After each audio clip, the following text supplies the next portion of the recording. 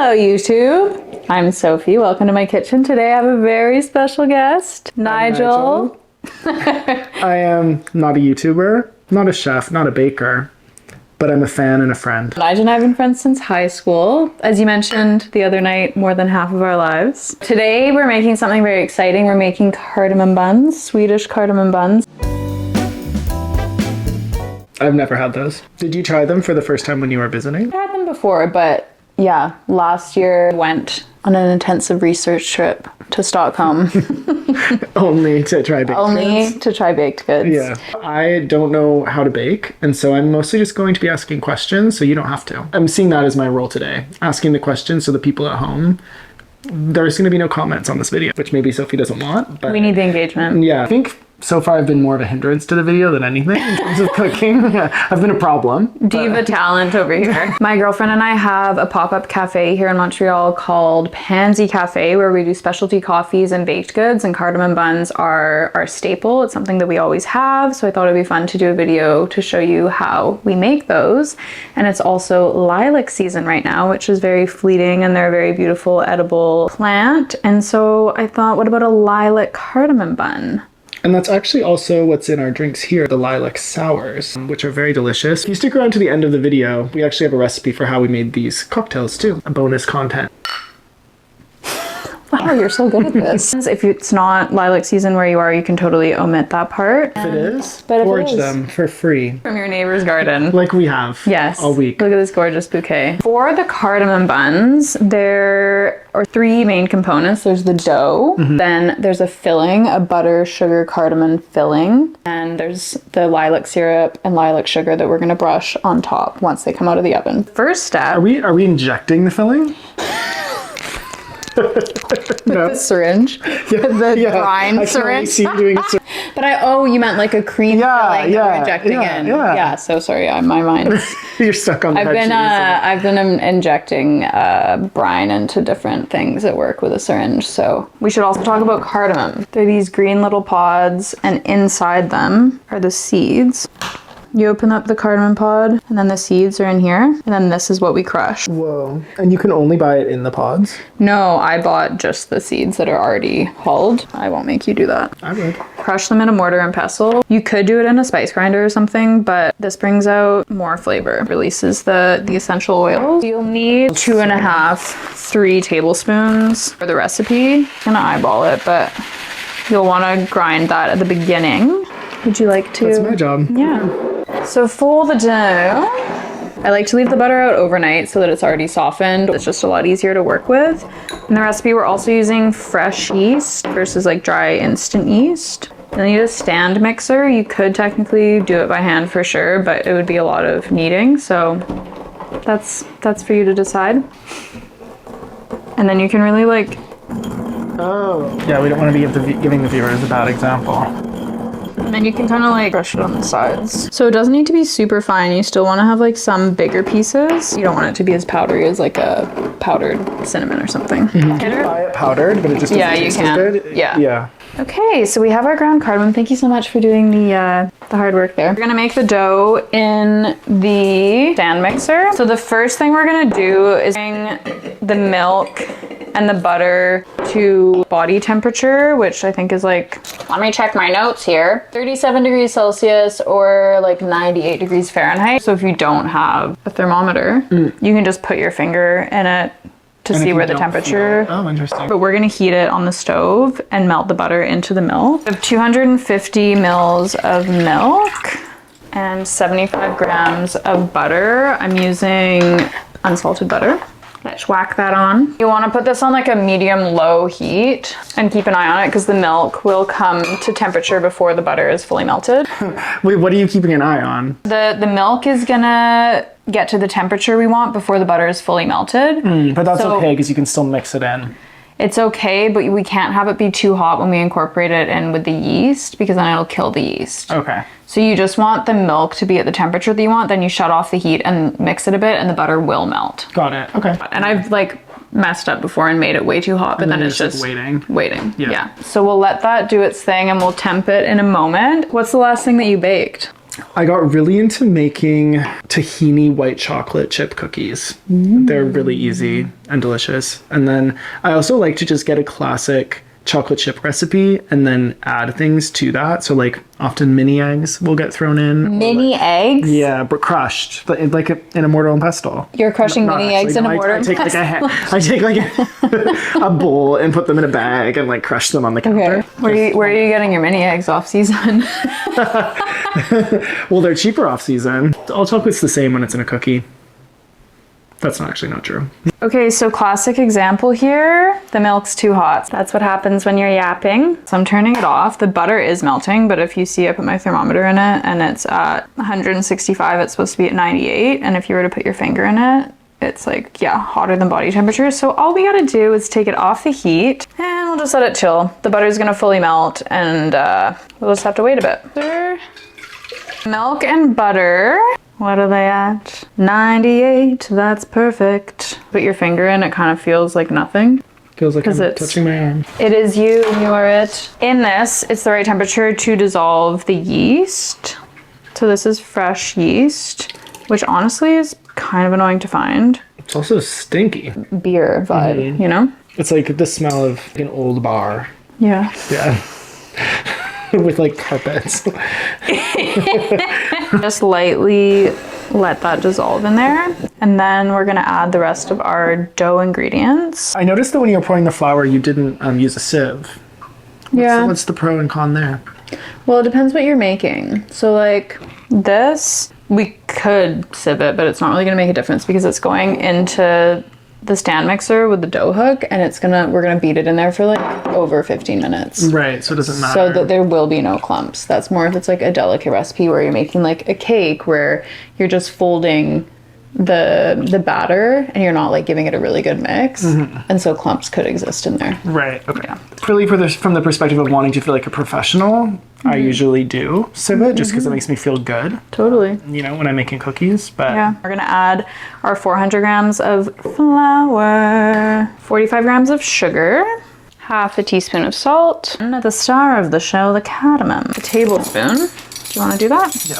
And I should mention this recipe is Magnus Nielsen's recipe from the Nordic Baking Book, I believe it's called. Slightly altered. I made this recipe a bit smaller because we don't need 30 cardamom buns today. And like I've tweaked a couple things, very minor things. He is a chef that came in 2016 when Chef's Table first came out. He was featured on that. And I remember watching that Chef's Table season in 2016 and being like, I need to go to Sweden. oh my God.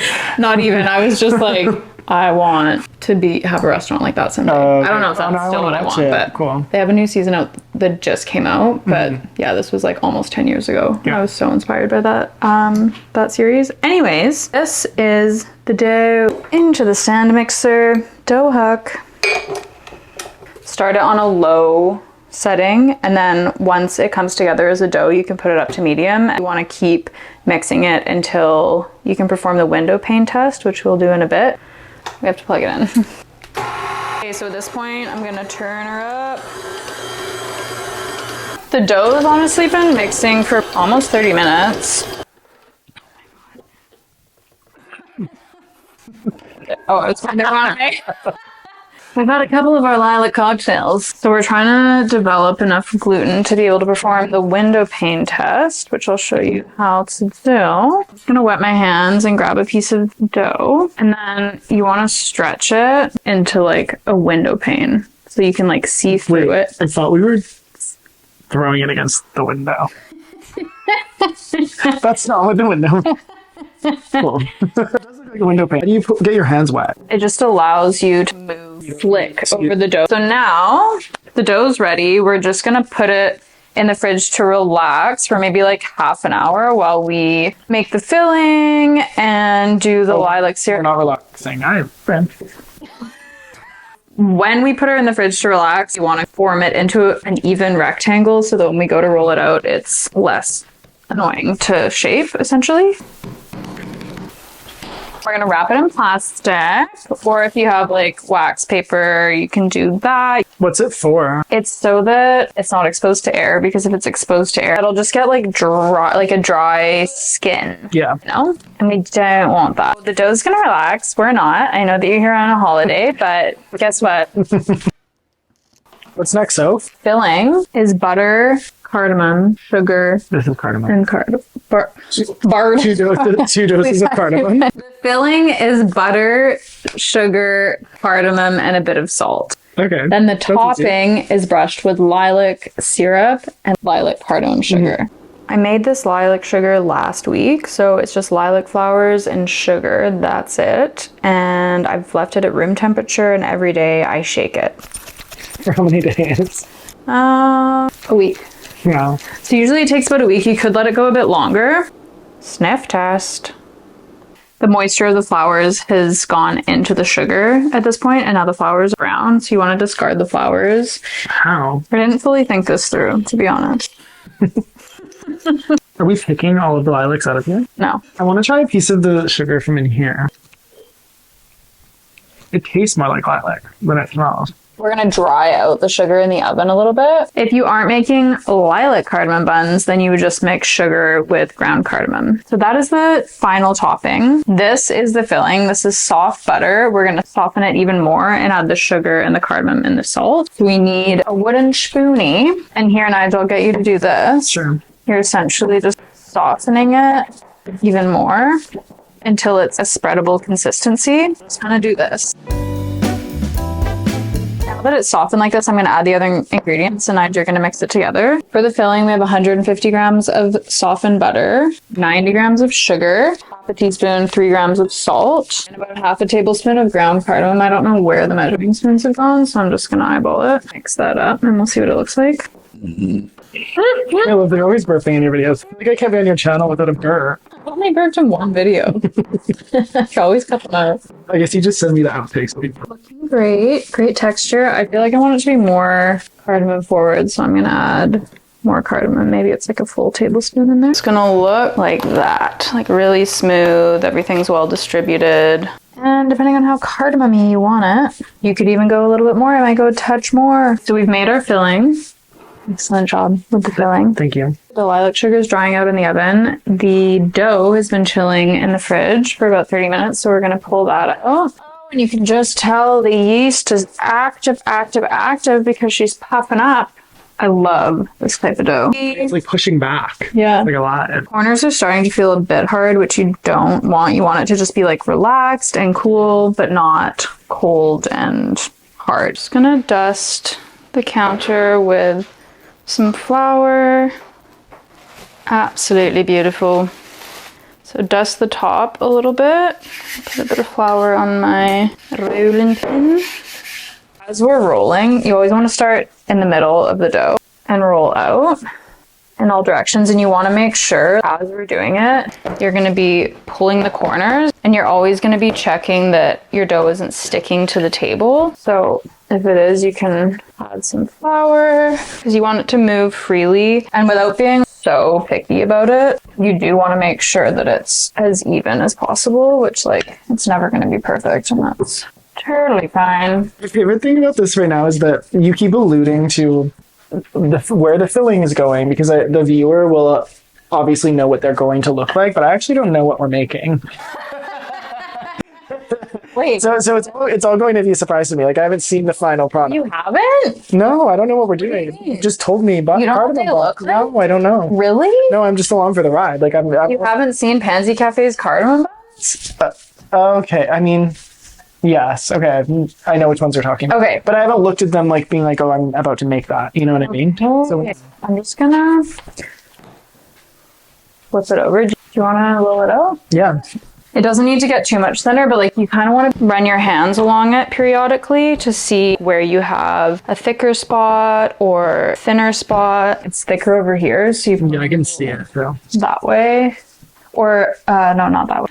This way. So you want to keep it a rectangle oh, got it. Why do you need to keep it a rectangle? because we're gonna be cutting strips. I guess the edges will always be a little bit thicker, right? Yeah. You don't have to just say that. Yeah. Like to get it down to maybe like a 1/2 centimeter thickness. And then at this stage, we're gonna be spreading the cardamom butter on. We're gonna plop it all around the dough.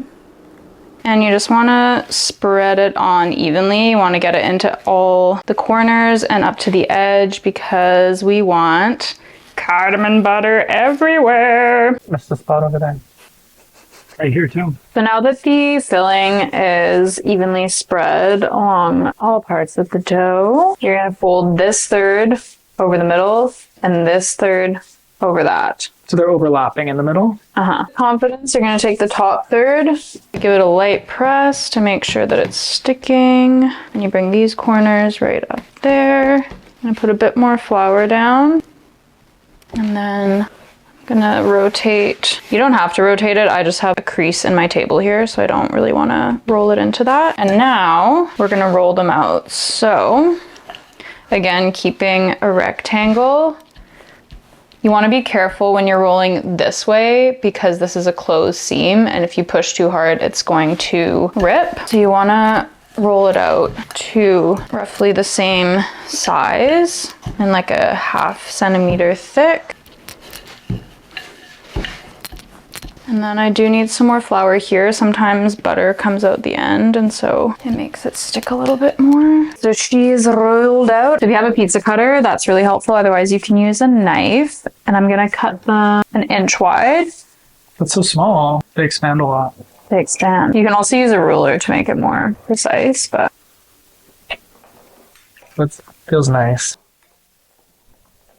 So now comes the shaping, which is arguably the funnest part. You're gonna grab a piece. Okay, you're gonna lightly stretch it out. Then, if you're right-handed, in your right hand, you're gonna hold it like this in between. So with your thumb and your middle finger, and then it goes over your pointer finger, and you're gonna go around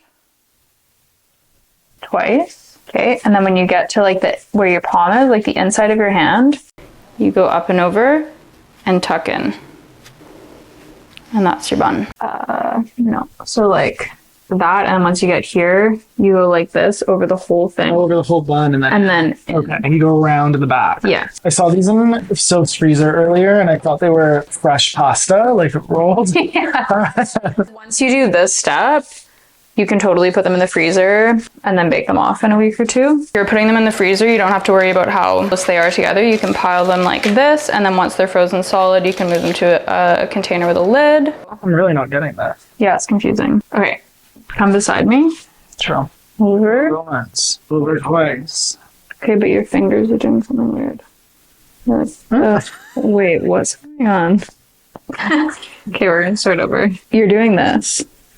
When you want to be doing this. Yeah, look at where my fingers are. Oh, that was it. Yeah. Point your fingers up at the top, folks. Pointer finger up at the top, middle finger and thumb holding the dough. Got it. Over, over, and then when you get back to this middle point, then you're gonna go through your 2 fingers, through the pointer in the middle, and then you're gonna tuck it in. I go inside my hand. Yours is really long, I think, because you've been pulling it. Yeah. But maybe you could go around and, no, you're good. No, it's fine. Like this, and in through here. And through the back. Yeah, baby. That's it. Right? Yeah. That looks like yours. We're going to get a shot from this side too, because there's some things happening under the finger that are, I think, important to see here. Oh, yeah, like going in the back. Okay, so our little buns are shaped. Full disclosure, that is mine. Chef Kristen L did not make that one.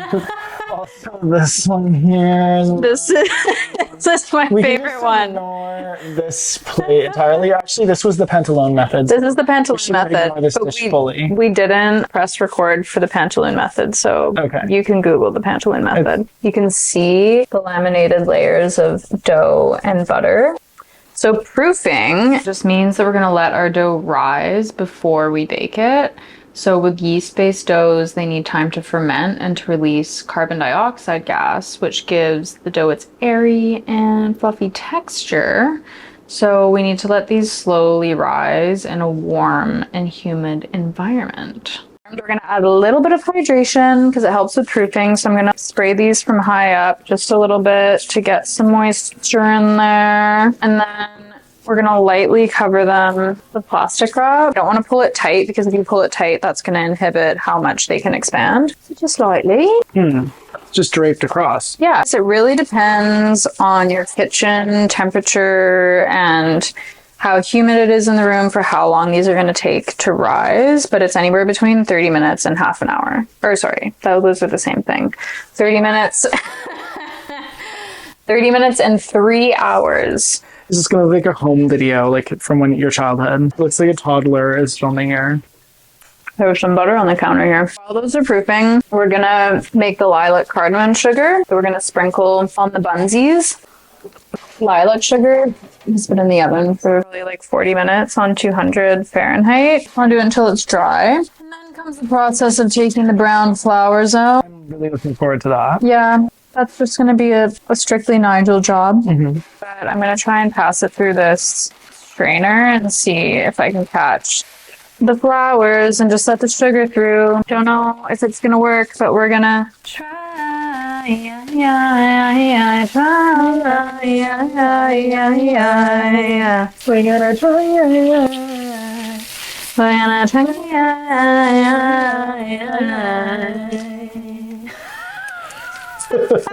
It's okay if there's some in it, right? Yeah, absolutely. It's fine. So it's going to be a cardamom and lilac sugar combo. 50 grams of sugar. And then this is the ground cardamom. Put it all in. Buns here have been proofing. How long do you think it's been? 45 minutes? An hour? Yeah. You're looking for them to almost double in size, and also a good thing to look for is little bubbles forming, and then when you push them for it to like slowly bounce back. Disclaimer, these buns could have proofed for a bit longer, but Nige had to be on a bus back to Toronto. Okay, Nige, our little bums are ready to go into the oven. We're gonna do an egg wash on them. 1 egg, a touch of milk, sprinkle of salt. We're gonna whisk this up. You wanna do that? Sure. And I'll find a brush. So what does an egg wash do? It gives it a bit of a glaze. Yeah, a bit of a glaze. It like helps them brown, so it gives it more like a golden color. Brush is what it is. Just Okay, yeah. buns are going in the oven. So the buns will be in the oven between 10 to 15 minutes. So I'm gonna check mine after like 8 minutes, and I'm probably gonna flip the tray. So here we are. It's been about 8 minutes. We're gonna check our buns here. Whoa! Ooh, browning. So I'm gonna egg glaze. flip them and put them in for probably another 5 minutes. Just flipping them the direction do? Just because there's different hot spots in your oven. So like if the back corner gets really hot and the front corner doesn't, then if you just rotate them, it just means that they get a more even cook. This is what window painting really is. How are they looking in there, self? It's hard to tell, but I'm so impatient. All right, they've been in here for probably about 15 minutes, but my oven doesn't get that hot. I know it's not 400 degrees. Ooh.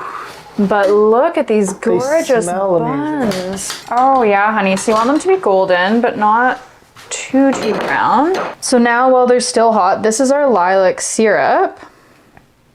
We're gonna brush them. Ooh! Does everyone hear that sizzle?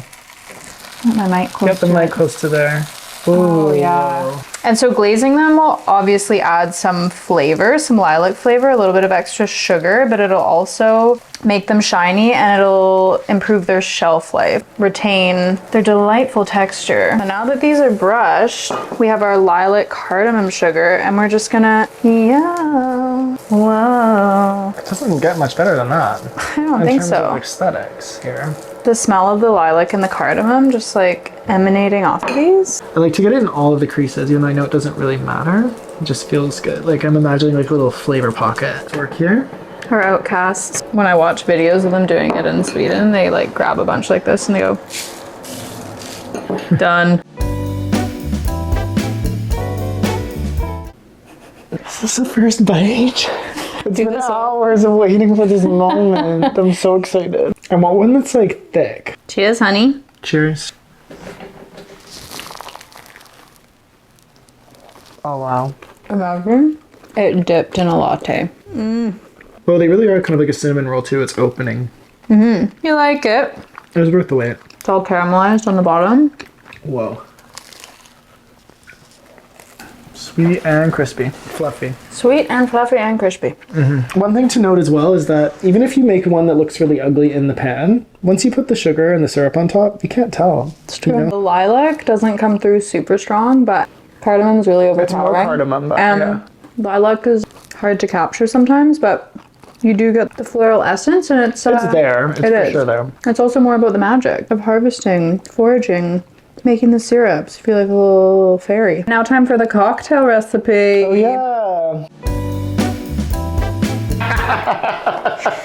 All right, we're gonna make our little lilac sour with our lilac syrup. I made this lilac syrup last week. It's just equal parts lilac, sugar, and water that I brought to a boil, and then it's just been chilling in the fridge. So we're gonna strain the lilacs out of it. Maybe I'll get you to cut and juice this lemon. So with my awesome shot glass here, we're gonna do 1.5 ounces of gin per drink, so 3 ounces total. Am I just squeezing with my hands? Or do you have a juicer? You cut it into wedges so we can just... Yeah, that was a bad idea. Cut it the wrong way. But we need a full ounce of juice. No pips. No pits. Then we do need an egg white because we're making a frothy sour. You gotta move the chicken so people can see what you've done. Humiliating. Really good technique, Nigel. Wait. You got it all over your shit. We have a little wipe now. There's pits in here. I'm making this.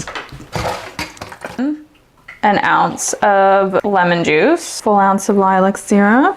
Whoa. So we're gonna do 1 ounce of egg white. Okay, and then with a sour, you always want to shake it without ice first because it like builds the foam. Yeah. It leaks. You just want to like vigorously shake it. You're gonna add the ice. Yeah. Okay, now we need ice. Look how frothy. I kind of want to put some flowers in while I shake it. Just, I don't know if it would do anything, but... I don't think it will, but it feels... the knowledge of it will make it taste better, I think, for me. Just knowing. Ice.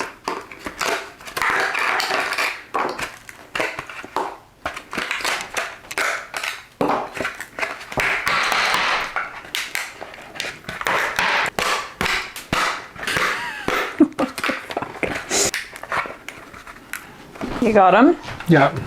Stoning loaf. You always want to refill your ice cube tray immediately because you might need more ice. It's very true. Mine are like almost both empty in there.